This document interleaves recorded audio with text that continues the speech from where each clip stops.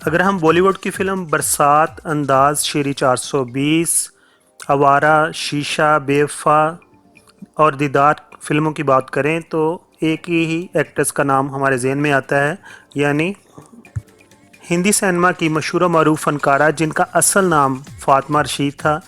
फिर film industry ने उन्हें नरगिस का नाम दे दिया। नरगिस 1 जून 1929 को कलकत्ता में पैदा हुईं। उन्होंने सिर्फ 6 साल की उम्र में बतौर चाइल्ड आर्टिस्ट फिल्मों में काम करना शुरू कर दिया और जिस फिल्म से उन्होंने 6 साल की उम्र में काम शुरू किया उस फिल्म का नाम था तलाशे हक। अब हम बात करते हैं नरगिस की फैमिली की। तो उनकी माँ जदन बाई एक हिंदी क्लासिकल मौसीकार थीं, जबकि उनके वालिद एक डॉक्टर थे जिनका नाम रतन चंद मोहन चंद था।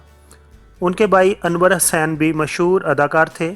6 साल की उम्र में उन्होंने बेबी नरगिस के नाम से फिल्मों में कदम रखा और फिर उन्हें सब नरगिस ही कहने लगे।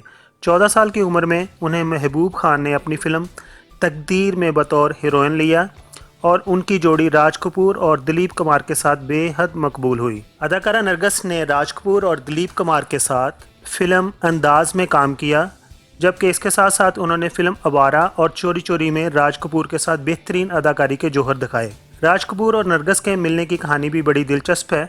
हुआ यूँ कि राज कपूर को नरगिस की मां जदन बाई से मिलना था, तो जब वो उनके घर पहुंचे तो नन्ही नरगिस ने दरवाज़ा खोला जो उस वक़्त पकौड़े बना रही थी और उसके माथे पर बेसन लगा हुआ था। राज कपूर को ये उनका चेहरा बहुत अच्छा लगा और उन्होंने इस हकीकी सीन को अपनी फ़िल्म बॉबी में, यानी कि काफ़ी अरसा बाद 20 साल के बाद उन्होंने बॉबी फ़िल्म बनाई जिसमें ऋषि कपूर थे और उसमें सेम उसी तरह उन्होंने ऋषि कपूर और डिम्पल कपाड़िया से ये सीन करवाया। डिम्पल कपाड़िया जब ऋषि कपूर को मिलने आती हैं तो उनके चेहरे पर सेम उसी तरह बेसन वगैरह लगा हुआ है। बॉलीवुड की एक और top class film mother India, जी हाँ, मदर इंडिया में नरगिस ने राधा का किरदार अदा किया।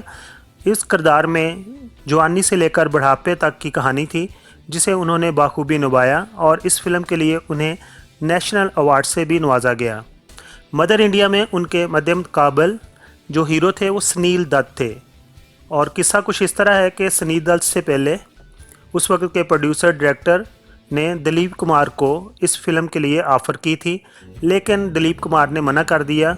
लेकिन महबूब खान ने यह भी मशवरा दिया कि दिलीप कुमार को कि हम आपको डबल रोल दे देंगे, बाप का रोल भी आप करें और बेटे का भी। लेकिन फिर भी दिलीप कुमार ने इस रोल को अदा करने से मना कर दिया और इस तरह इस रोल को सुनील दत्त, जो कि संजय दत्त के वालिद हैं, उन्हें मौका मिल गया और बाद में ये फ़िल्म मदर इंडिया बहुत ही मशहूर हुई।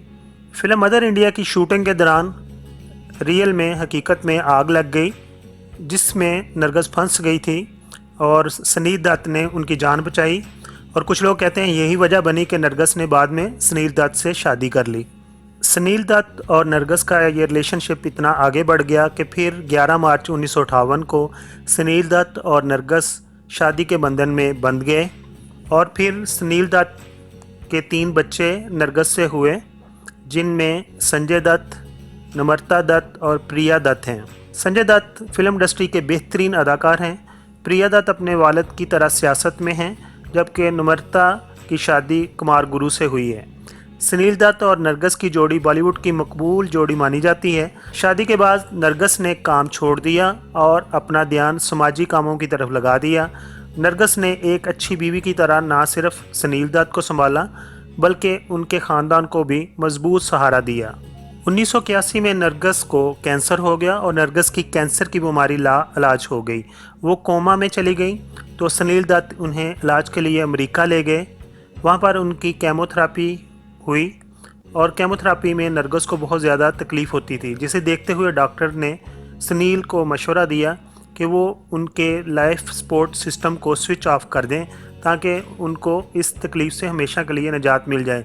लेकिन सुनील दत्त ने ऐसा करने से साफ इनकार कर दिया। वो नरगिस से बेहद मोहब्बत करते थे और उनके साथ एक एक लम्हा गुजारना चाहते थे। उनकी मोहब्बत और डॉक्टरों की मेहनत कुछ दिनों के बाद रंग लाई और नरगिस कोमा से बाहर आ गईं और उनकी हालत भी बेहतर होने लगी, लेकिन वो ज़्यादा दिन तक ज़िंदा ना रह सकीं। उनकी एक ख्वाहिश थी कि जो अधूरी रह गई। वो ख्वाहिश ये थी कि वो अपने बेटे संजय दत्त को फिल्म के पर्दे पर देखना चाहती थी और वो संजय दत्त की फिल्म रॉकी, जो उनकी पहली फिल्म है, उसके प्रीमियर पर आना चाहती थी।